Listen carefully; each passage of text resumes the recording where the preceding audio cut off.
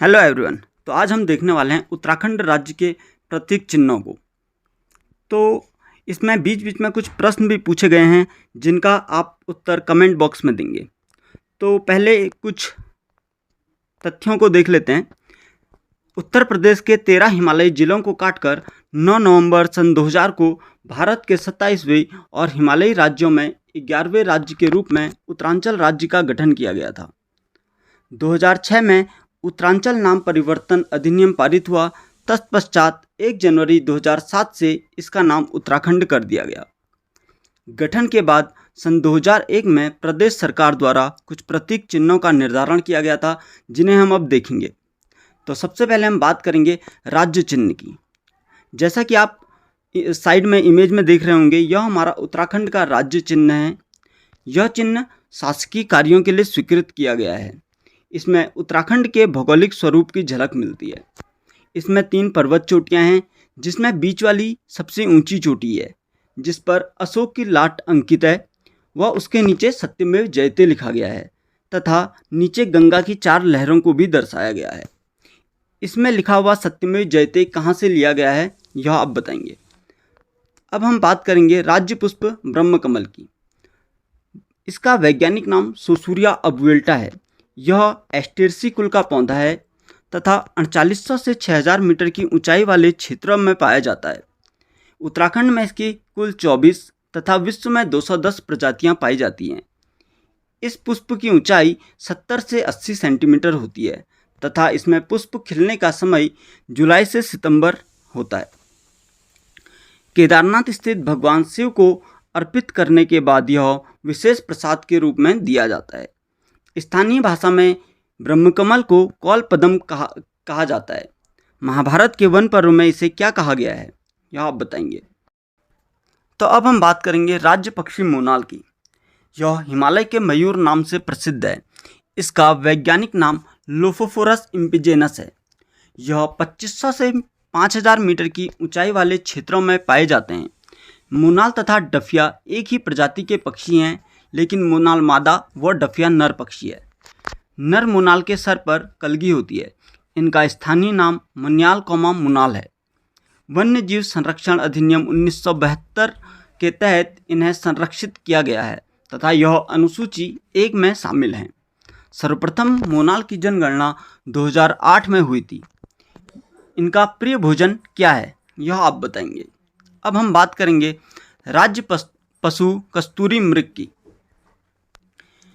कस्तूरी मृग का वैज्ञानिक नाम मास्कस काइसोगास्टर है। इसका अन्य नाम हिमालयन मस्क डियर भी है। यह 3600 से 4400 मीटर की ऊंचाई वाले क्षेत्रों में पाए जाते हैं। राज्य में कस्तूरी मृग की 4 प्रजातियां पाई जाती हैं। कस्तूरी मृग के सिंग नहीं होते। इनमें आत्मरक्षा के लिए 2 नुकीले दांत होते हैं। इनकी औसत आयु 20 वर्ष होती है। कस्तूरी केवल नर मृग में पाई जाती है तथा यह 3-3 वर्ष के अंतराल में मात्र 30 से 45 ग्राम ही प्राप्त की जा सकती है। मादा मृग की गर्भधारण अवधि 6 माह होती है और एक बार में प्रायः एक ही मृग का जन्म होता है। कस्तूरी एक जटिल प्राकृतिक रसायन है जिसमें बहुतायत सुगंध होती है। इसका प्रयोग सुगंधित सामग्रियों को बनाने, दमा, निमोनिया, हृदय रोग, टाइफाइड तथा मिर्गी आदि रोगों की औषधियों के निर्माण में किया जाता है। कस्तूरी की मांग और मूल्य अधिक होने के कारण कस्तूरी मृग को 1972 के वन्य जीव संरक्षण अधिनियम की अनुसूची 1 के तहत संरक्षित घोषित किया है। इसके लिए सरकार ने काफ़ी प्रयास किए। सन 1972 में तत्कालीन उत्तर प्रदेश सरकार ने चमोली के केदारनाथ वन्य जीव प्रभाग के अंतर्गत 967.2 वर्ग किलोमीटर क्षेत्र में कस्तूरी मृग विहार की स्थापना की। 1977 में मेहरुड़ी कस्तूरी मृग अनुसंधान केंद्र की स्थापना की जो बागेश्वर जनपद में स्थित है। 1982 में चमोली जिले के कांचुला खर्क में कस्तूरी मृग प्रजनन एवं संरक्षण केंद्र की स्थापना की व 1986 में पिथौरागढ़ में अस्कोट अभ्यारण्य की स्थापना की गई। कस्तूरी मृग का मुख्य भोजन क्या होता है यह आप बताएंगे। अब हम बात करेंगे राज्य वृक्ष बुरांस की। इसका वैज्ञानिक नाम रोडोडेंड्रोन अर्बोरियम है। यह एरिकेसी कुल का वृक्ष है तथा 1500 से 4000 मीटर की ऊंचाई वाले क्षेत्रों में यह वृक्ष पाया जाता है। इन वृक्षों की औसतन ऊंचाई 20 से 25 फीट होती है तथा इनमें फूलों के खिलने का समय फरवरी से अप्रैल माह होता है। इस वृक्ष को 1974 के तहत संरक्षित वृक्ष घोषित किया है। बुरांस के पुष्प में मिथेनॉल होता है जो डायबिटीज रोग के लिए काफ़ी फायदेमंद होता है तथा इसके फूलों का जूस हृदय रोग के लिए भी काफ़ी लाभकारी होता है। भारत में बुरांस वृक्ष की कितनी प्रजातियां पाई जाती हैं? अब हम बात करेंगे राज्य वाद्य यंत्र ढोल की। भंडारी कमेटी की सिफारिश पर वर्ष 2015 में ढोल को राज्य वाद्य यंत्र घोषित किया गया। इस समय मुख्यमंत्री श्री हरीश रावत थे।